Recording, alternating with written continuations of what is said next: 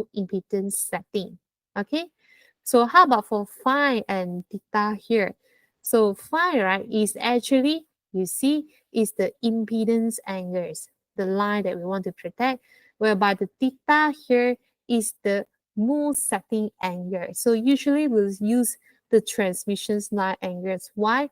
Because we want to ensure that whenever it's detect the fault is actually occurs within the transmissions line and doesn't inclusive with the resistive fault.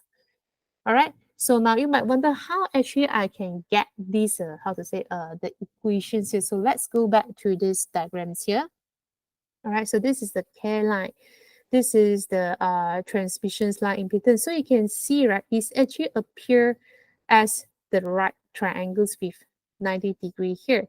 So in the event if I want to find this transmissions line impedance, so here I will need to apply the cosine angle, cos summer Hager, right? So cosine will be equivalent to K divided with Z, right? So now I will need to rearrange in terms of line impedance. So here I will have the hypotenuse multiplied with the cosine angle here, where the angle here will be the impedance angle minus with the move setting angle. So that's how we can get these equations here to calculate this transmissions line impedance. Now let's see how it looks in the next slide. So now, whenever the measured impedance value divided voltage and currents and lesser than this line here, which is K cos phi minus theta, and at the same time, the measured impedance, let's say at this red colors line here, is actually having the impedance angle higher than the move setting angle. So under this situation, you can see this measured impedance is within these circular working zones, right? So it's recognized that there is fault occurs within the line. So it will start to take action to trip the circuit. So how about if I measure voltage and currents, divide them, and the measured impedance value right now is bigger than this K cos phi minus theta, which is longer than this green color line and fall outside these circular working zones of the Morse relay. So now we have fault-free lines right now. So the Morse relay will not take action to trip. And what if the measured impedance right now with the impedance angles lesser than the move setting angles? So if you only want to pick out the fault that within the line right now, right? So under these situations, it will not reach high resistive fault. All right. So closer to x-axis, which means that we have resistive fault. So you could have this move rate doesn't want to be tripped if let's say you doesn't want it to protect the resistive fault, only protect the transmissions line. But it can detect these faults as well and have it to keep the high resistive fault. So with such, you can see the move characteristic is preferable for the phase fault isolations. All right, so you might wonder, so how actually we can do the setting for the move rate? So same as the impedance rate, we could have 3-zone setting. All right, so let's move to the next slide here. So we have K1, K2, K3 for first zone, second zone, and third zone setting. So based on the line that I want to protect. All right, so how actually I can get this equation is actually rearranged from here in terms of K value. So you will have the line impedance divided with cos phi minus theta. All right, so in the event, if you want to set the K1 setting for the first zones here, so you just have Z1 divided with cosine phi minus theta. This is the first zone, okay? This one, okay? The next one, if let's say you want to get the K2 setting, so getting Z2 divided with cos phi minus theta, and K3 here is using Z3 instead. Right, so that's how we can do the setting for the move rate. So these equations you need to memorize. Let's say you're being tested with the questions with move relay. All right, so let's move on to the next kinds of relays here. So we have modified move relay and give us the polarized move relay.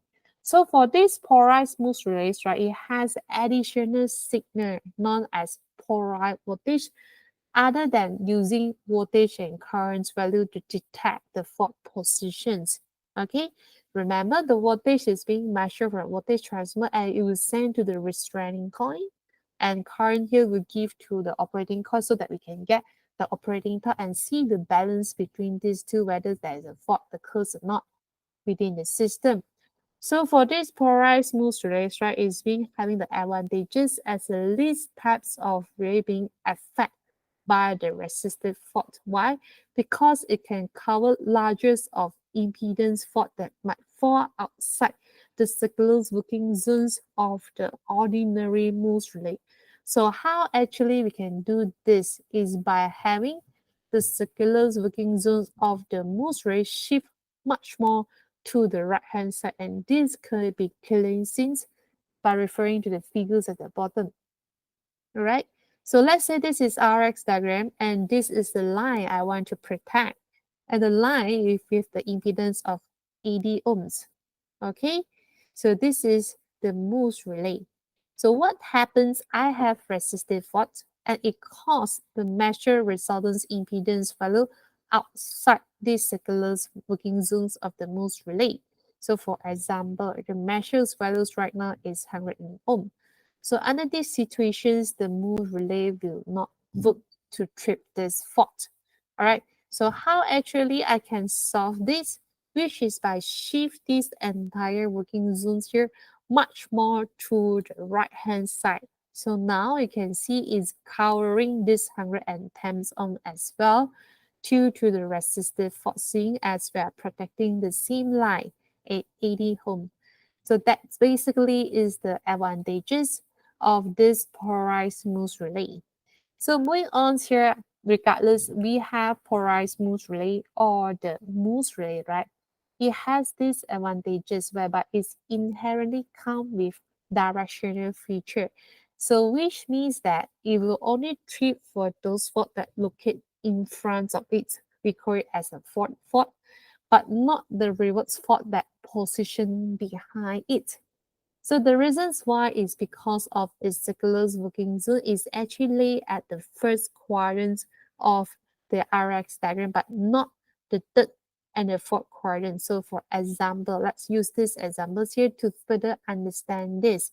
Why the Moose relay is inherently come with directional feature, able to sense the fault position, whether it's forward and behind. All right, so whenever we have this line to protect, so let's say this is the Moose relay, okay? And we have fault occurs, all right? And let's say the measured fault impedance values right now is 40 ohm. So if we try to find its positions, it's fall within the circular working zone of this Moose relay, being seen as is in front. So we'll have positive impedance value. So it will locate at the first quadrants here. So right now, yes, this model will trip this fault, which is located in front of it. So no issue for this. So what happens if I have reverse fault, where I have the fault occurs at the generation source here behind this smooth relays.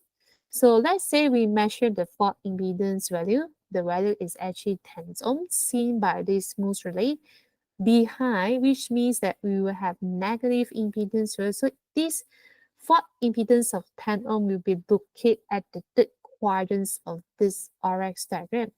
So you can see it's not within a circular working zones. So for this smooth relay or the polarized smooth relay will not take action to trip this fault which is behind it. So that's the advantages of the smooth relay as well as the polarized smooth relay that actually inherently come with directional feature. It can actually tells you the directions of the fault position. It will ignore the reverse fault. Okay, so let's see the another types of relays we have is quadrilateral relays. So for quadrilateral relay is a kind of reactance relay where the ideas behind of this relay here is actually having the flexible border, right, which can be changed based on the situation. So you can know this relay is actually a kind of digital relay.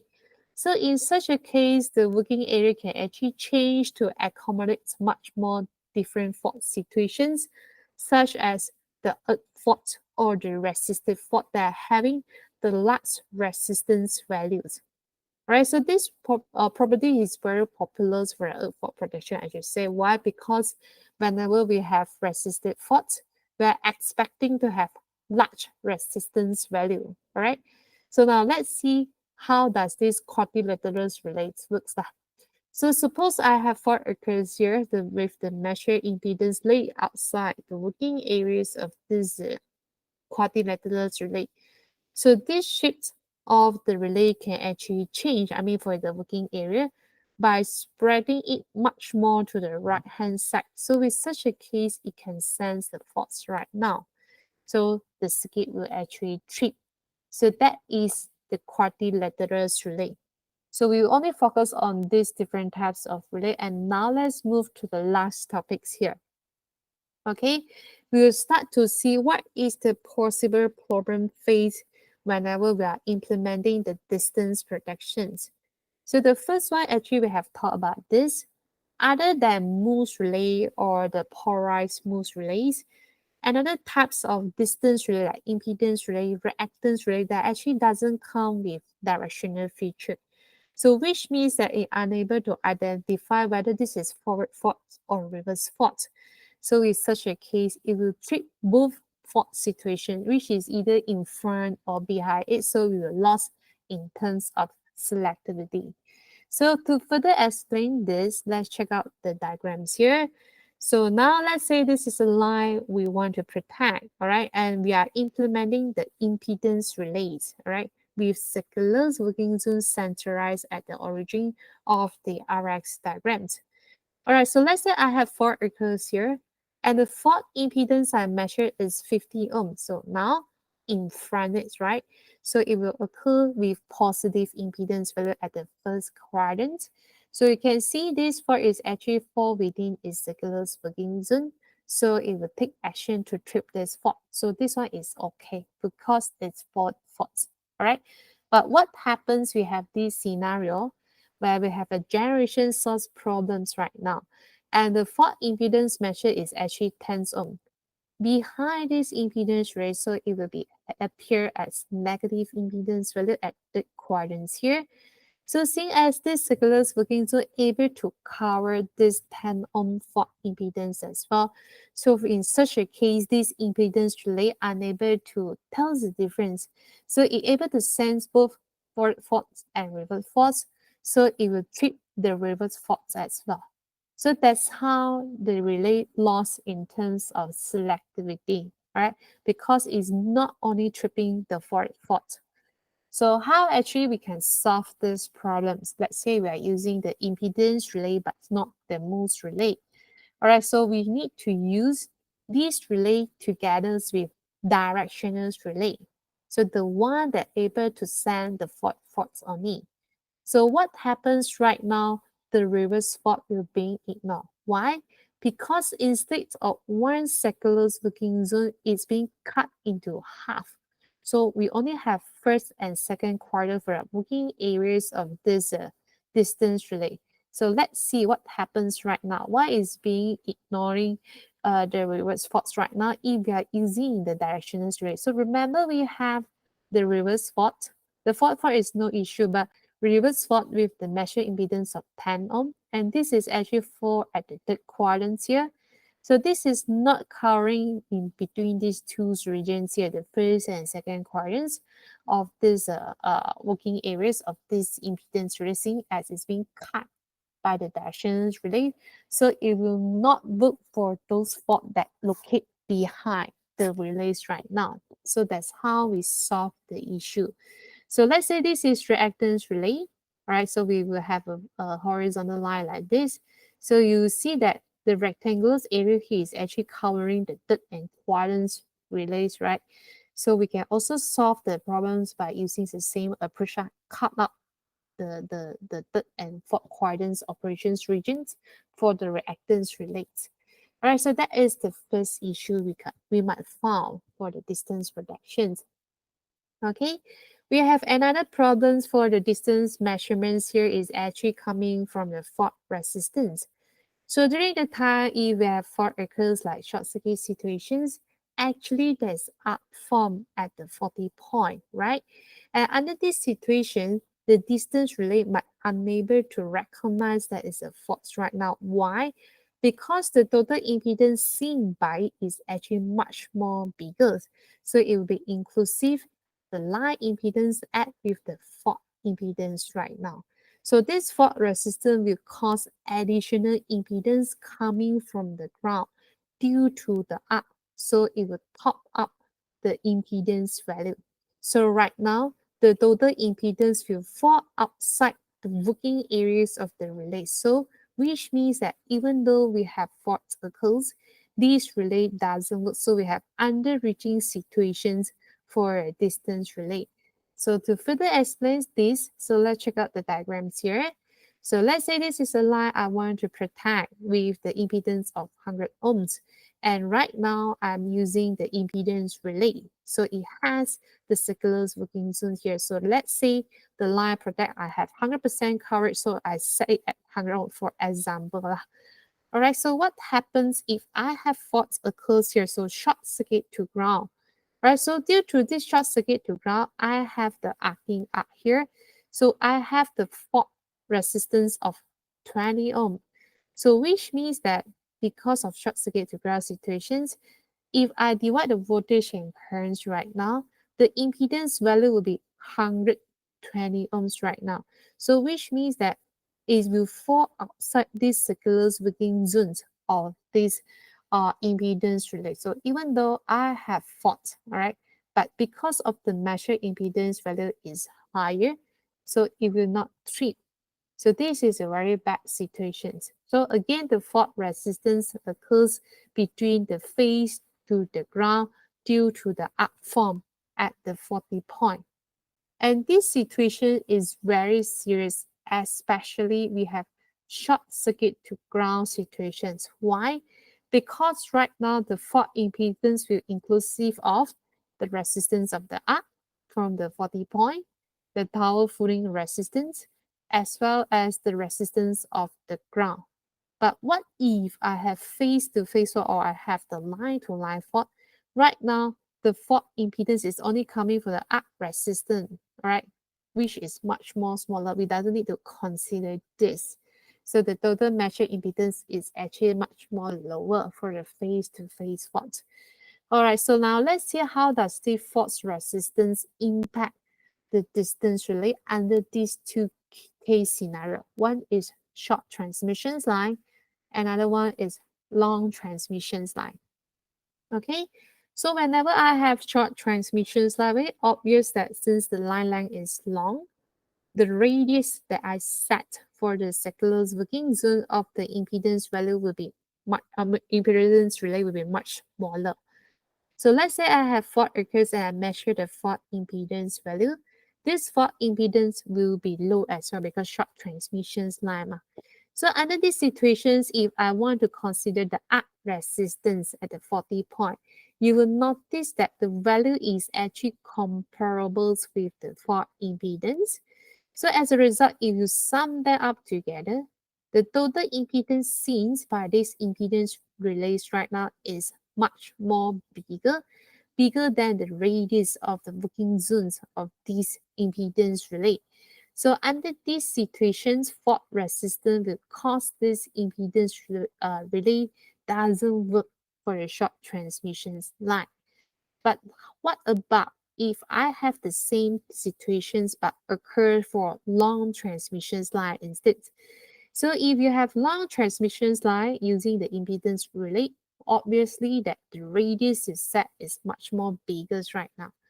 So if I measure the fault impedance, right, which is the ZF values here, this value will be much more higher as well because the line length is long.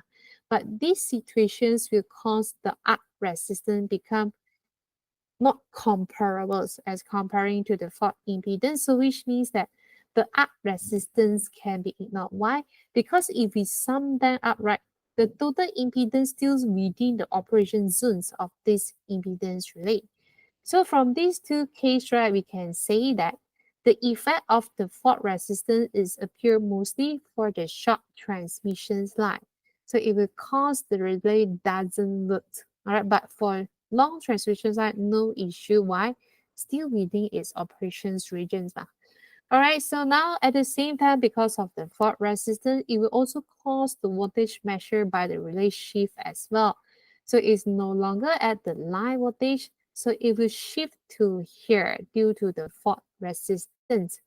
So additionally, in terms of impedance angle, it will be shift as well, causing the distance relay unable to detect we have these fault situations. Why? Because the faulty angle is approaching to the healthy case. So to explain this, let's check out the three different situations here. So we have RX diagrams, and let's say this is a transmissions line impedance that's seen by the relay under healthy situations. Now I have three different resistive faults value R1, R2, and R3. So R3 is the most serious one, followed by R2, and this is not so serious. Okay, the magnitude here is actually much more smaller.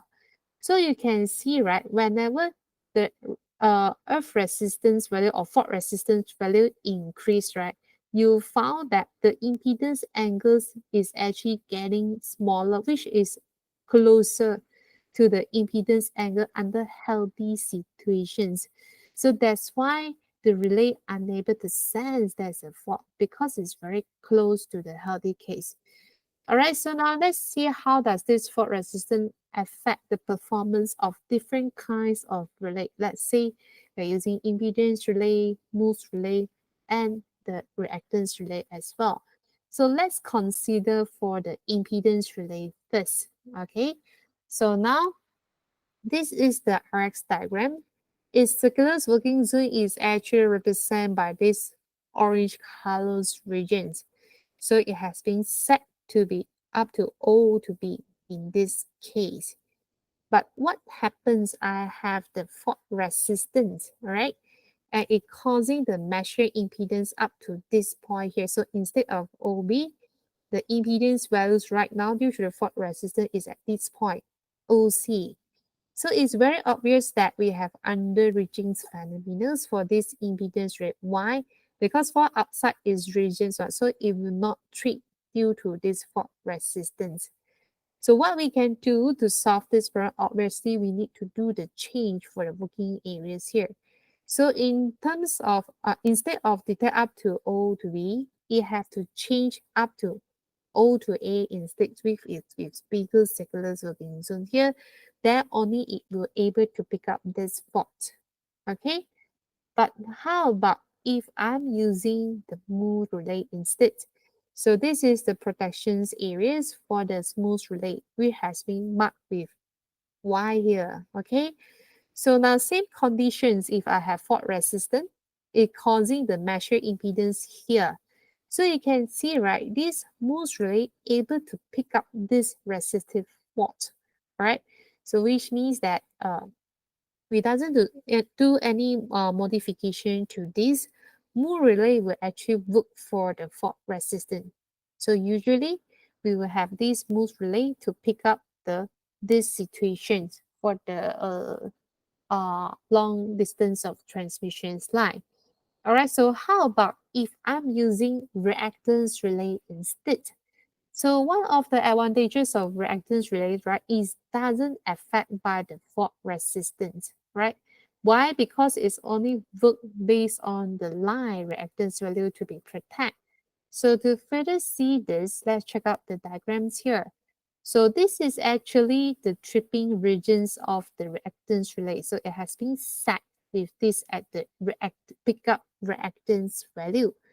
So with the same situations, if I have fault resistance, it causing the actual impedance values here. So you can see it's actually fall within the tripping areas of the reactance relay. So that's why it serves as a good choice to pick up the resistive fault, especially for short transmissions line due to the high ratios of reactance to resistance, which means that the reactance value is actually much more bigger in such a case.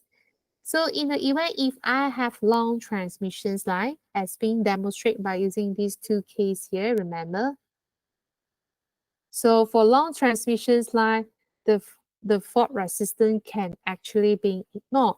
So under this situation, we can actually implement the moose relay to pick up these situations. If you go back to the slide here. All right, so for long transmissions line, we could have moose relay to pick up the fault resistance as the fault resistance doesn't cause any issue. Okay, so now to further explain this, right, you go down here, I have add additional image here. So let's say this is the setting reactance. We know below this line is the working areas of the reactance relay. Up here is not working, all right, which means that we have fault-free situations. So now in the event if I have a resistive fault, so let's say this is the 40 line impedance. So if I add the arc resistance, right, because it's going horizontally, right side is not go upwards like this, right, you will see that the total impedance measured by the relay is actually still within the tripping area. So that's why the reactance rate doesn't impact by the fault resistance. Okay, so now let's see another problems you might be faced for the distance productions. It will be the close-in fault, which is the fault that occur very close to the distance relay. So as we know, right, for all kinds of relay, inclusive of most relay, it needs voltage for its operations. So what happens if we have fault occur just after the relays right now? So with this situation, because it's very close, the jet voltage will be very small right now. So under this situation, this relay might not be energized. So it might fail to operate due to the absence of the polarized voltage. So which means that we need to have additional measurements here as the reference. So in this case, the directional ground relay would be needed so that we can establish the reference quantity to see the directions of the current flow from the relay locations. So this reference quantity here we create as the polarized quantity. So the generic polarized quantity could be the zero sequence current or the zero sequence voltage. So this polarized quantity here will be remain fixed in its directions if we have moves rate to be operate correctly to the fault. Otherwise, the polarized quantity will be absent. Okay, so that is how we solve for the closing fault so that we could have the relay pick up the fault situations. The next problem occurs is due to overload phenomenon in the power system. So now we have heavy loads right now, causing the impedance become much more smaller. All right, we just load it heavily. All right, so during these situations, if you have overload situations, the operating point, which is the measured impedance right now, under normal situation actually will shift. All right, so instead of at this point, it actually will shift become much more smaller and it might fall within the third zone operation. In this case, is the most relays. All right, so which means that these most will actually pick up these situations if we have overload situations, just heavy load situations. So it will operate to trip the circuit, which is not desired. And this is especially can be happens if we have long distance of transmissions line. So what we can do to solve these problems here, we have two solutions. So one, of course, is to do the proper setting for third zone settings here by consider all possibles of overload condition for the power system networks. The heaviest loads you have to consider, which is considered normal for this system. So you need to adjust the third zone setting coverage areas. The other way is by changing another kinds of relay. So instead of circular working areas here, you are using the lenticular relay, all right? And this lenticular relay is a kind of digital relay where it has a concave shapes of relays right now. So you only focus on those fault that occurs within the transmissions line. Okay, so under these situations, like you can see here, if I have higher load situations, yes, the impedance is actually shift inside. If I'm using a mousse relay, so obviously it's picked up by the third zone setting. But if I'm using the lenticular relay, it's not fall within its regions here. So it will not cause the undesired tripping as the smooth relays. So that's how we solve if we have heavy load to the power system that causing the impedance become much smaller. All right, so now we have one more issue here is due to power swing situations. So we have unstable load swings right now. So under this situation, it will cause the loads operating of the network to increase and decrease greatly following this path. So the impedance is actually changing, okay? So if you refer to these situations, obviously it will fall within the circular working zones of the smooth rate, correct? All right, so how actually this power swing situations occurs is actually because of these situations. So at the generation side at the power plants, we might have the generator become out of sync or lost in terms of synchronisms. So that's why we have this power swing situations. All right, so to further explain this, so we have the great variations for the voltage and current. So it has been oscillating. These two value is always changing. So that's why we have the variations of the impedance seen by the relays right now. So what we can do to solve this power swing situation, again, you limit the operation zones for the relay using the lenticular relay, which is the same approach as how we solve for the previous problem. So under this situation, you can see whenever we have power swing, it will not fall within these regions here. So there will be no force tripping due to the power swing situations. Okay, and these problems should be treated by the protection scheme for the generator, but not from the transmission side. That's why this is considered as not an abnormal situation for the distance protections. All right, so now the last problems here we have is the transient conditions. So let's say we have fault occurs. You know that during the moments we have short circuit occurs, right? If you measure the currents value, it will have the asymmetrical currents value, which having a much higher peak currents value due to the DC offset, remember, which only occurs on the first cycles of the currents we form. And because of this, it can cause the error operations of the relay to be overreaching. Overreaching, which means that it's actually trip, which it shouldn't be. All right, this is what we know as the overreaching situations for the relay. Now we have fault-free situation for the transmissions, like for example. All right, so this can be further explained by using these expressions here. All right, we know to find the impedance seen by the relay divide voltage and current. So because of this estimated peak current value, it will cause the current become much more higher. So the impedance value will lower. All right. So under these situations, it will actually cause this impedance value here fall within the operation zones of the relay. So this is not desired, see as we have fault stripping situation. So what we can do for this case here for a transient fault situation, we doesn't want to operate this, right? So that we can maintain the corners of power supply, we will actually implement this relay here with time delay to go through this transient fault situations. All right, so with such, I'm reaching the ends of this chapter. So do you have any problems?